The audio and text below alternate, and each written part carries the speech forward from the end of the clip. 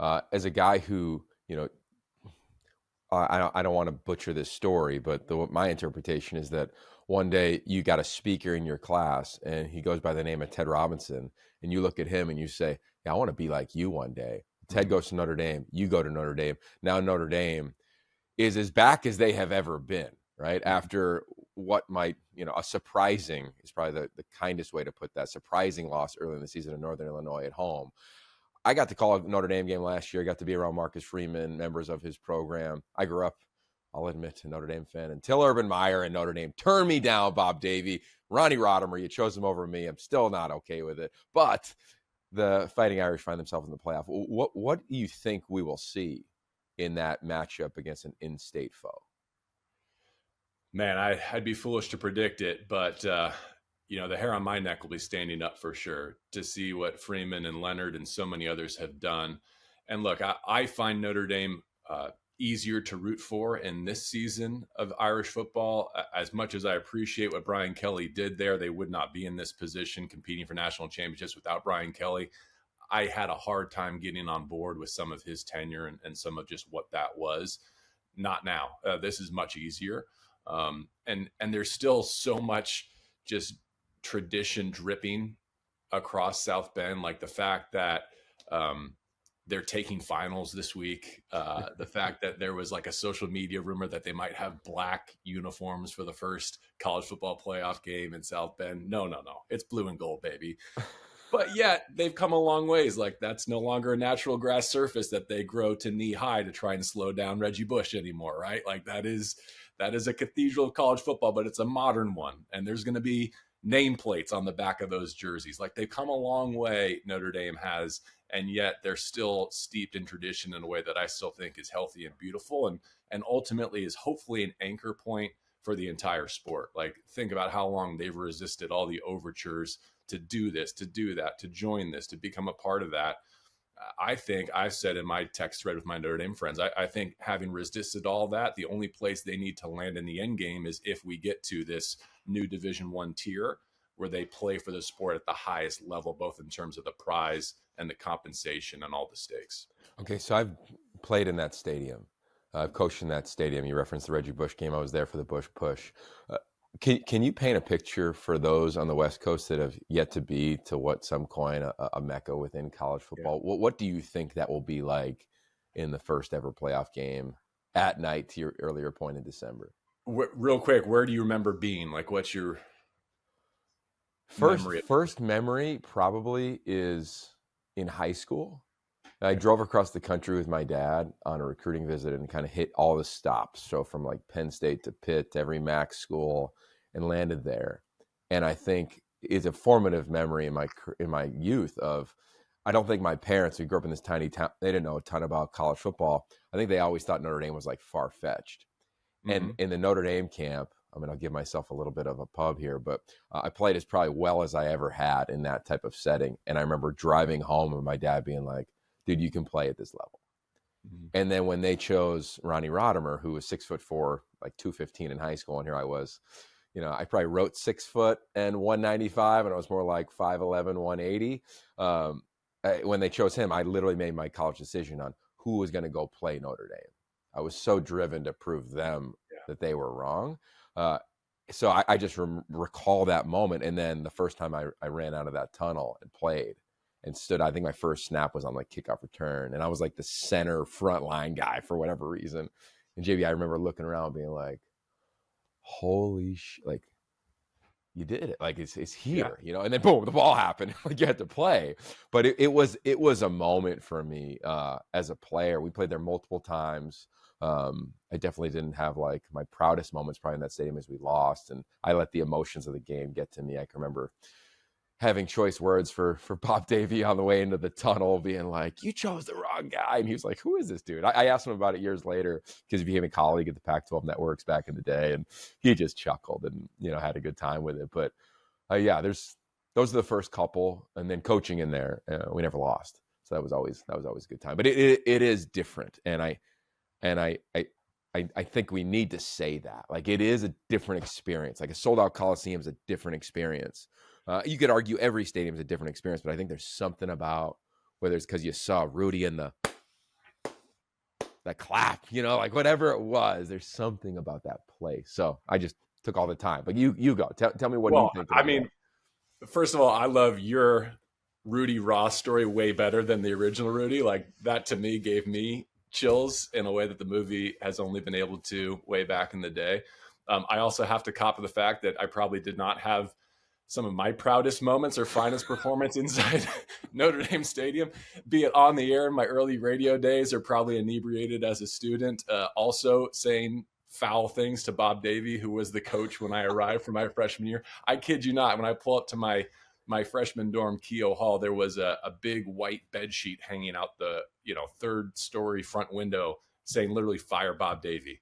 And in my time at Notre Dame, I had one season of Bob, a quick moment of O'Leary in that resume scandal, all of Tyrone Willingham, and then a semester of Charlie Weiss on my way out. So they were not great years of Notre Dame football, and yet it was a path that I probably resisted for much of my life because so much of my family, including both my parents, went there, and I wanted to blaze my own trail.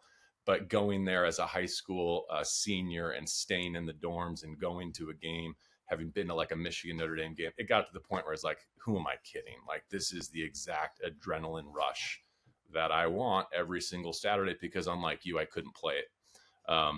And it's been a long time since I've been back, especially as a fan. But that Bush push is one I'll never forget. I was about halfway down the student section, ready to storm the field, only to have my heart ripped out. And then all these years later to work so many times for USC, and to kind of be on the other side of that rivalry has been a real treat. Wow. Okay, I'll tell you a quick story. Did I ever tell you about how I broke a TV in the press box? In the Notre No. Dame press box? So No. I'm sitting in the booth, right? And it's me, Lane Kiffin to my left, and Rocky Seto to my right, both Okay. like legendary coaches in their own right, in totally different lanes. Rocky is no longer coaching; he's a pastor in Pasadena, and here's Lane, of course, thriving at Ole Miss.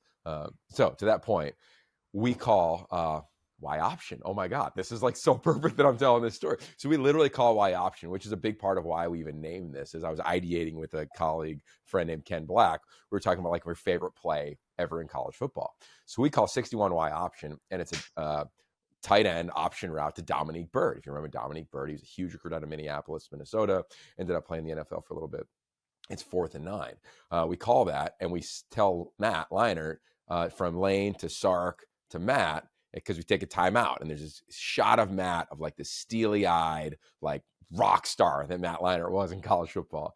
And we say, hey, if we give this certain look, check. And he was going like this. It was check to 82 stay, check 82 stay, which meant the tight end was going to stay in and protect. So you max protection, slide, and we were going to run slant and go to Dwayne Jarrett, hitch on the backside, a seam down the middle, a little check down to Reggie. And he goes, 82 stay, 82 stay. And we're sitting up there like, we got it. Dwayne runs a slant and go right in front of probably JB Long in the student section. And he catches it fingertips. As he's catching it, we're like, go. Because like there's a world where like you score. Like you ran by the guy. And I just lose my what. I mean, you are distraught or you're screaming stop as a student, and we are screaming go. And now back in the day, you have these papers that you write like for personnel grouping, play, front, coverage, and then like you'd peel it off, and there'd be like 3 layers. One layer would go to Lane, one layer would go to the offensive line guy, one layer would stay with me, and away you'd go. And that's kind of how it was. Like so old school, like zero tech. You weren't even allowed to have a computer up there at the time. And I jump up. So let's just call it. Let's pretend there was 60 some plays. So this is play 62. I jump up. Every piece of paper goes everywhere. I go like this with my fist, and there's this tiny little like old school TV that like your parents and my parents had back in the day. Like this deep, right? Yeah, exactly. Like hanging off the wall. And I Right. jump like that. I'm like, hey, let's go. And I break the TV.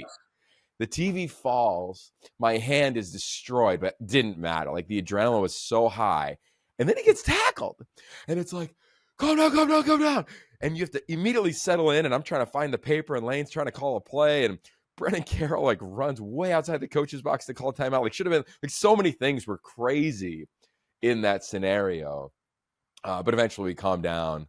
Then we run an option route to Reggie. Then we sneak it in, and there's the game. But Yeah, man. That's and sorry, South No, Bend no, it's fine. comms It's comms team. iconic. It's iconic. And do you ever think about, like, we got to the point where we're wondering, like, should that play be legal? Was that legal? Does that need to be an infraction? And now The we're Bush living in push. yeah, Yeah. and now we're living in the tush push era where, like, at the professional level it's become like an unstoppable force, and I'm still dealing with it in my football life as an opponent against the Philadelphia Eagles. So Well, I think what was so cool about that is that it was so organic. it So was. I'll just say this, and I'm going to hope Texas doesn't do this anymore because Sark's still calling plays there. But I think it's been told enough. Where like you'd give the spike sign, right? Like you'd go spike, spike, Hmm. spike, and that would mean to the quarterback spike it. But for us, if we gave a point and spike, spike, spike meant like sneak it. So we were like, and Pete Carroll, as you know, because you've called so many games with him, and we've had him on this show, aggressive in nature, especially when games on the line. Like he wants the ball, he's going to shoot the jump shot at the corner, and away you go. And it was the same deal with us. And it was spike, spike, spike, but point. So Matt, you keep it. Well, Matt, as everybody probably knows, and I know Notre Dame fans know, but Matt turns to Reggie, and Reggie's like, "Yo, let's do this." And that was basically it. So it was never like, "Hey, this is how we practice a Hmm. Bush push." It was just like, "Yo, I'm gonna help you get into the end zone."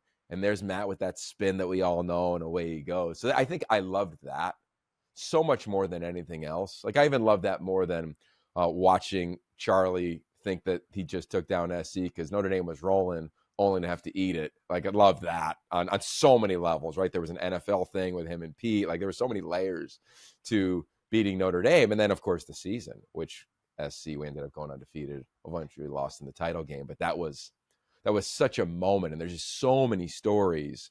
But I think that's to the point of like Notre Dame game.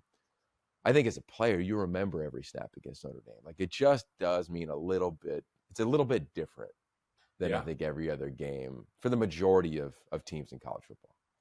I remember going through this with you too. The last Notre Dame game that I did, basically Thanksgiving weekend, what would that have been? Fall of 2004, on the roof of a rainy Coliseum. Like we, in my time, including that game right after I graduated, USC just gave it to us, right? Like that was just, you had to grin and bear it.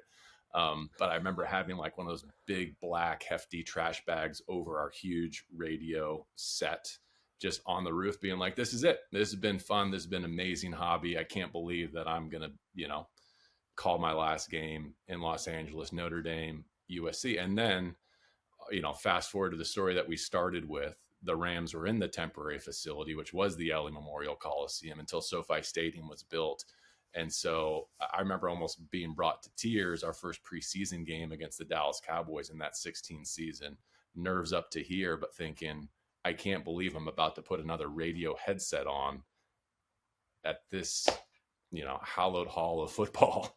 Um, Man, it's funny how life bends back on itself, doesn't it? Yeah, there's something like that. Like Jim Thornby was the producer and co-founder of Y Option.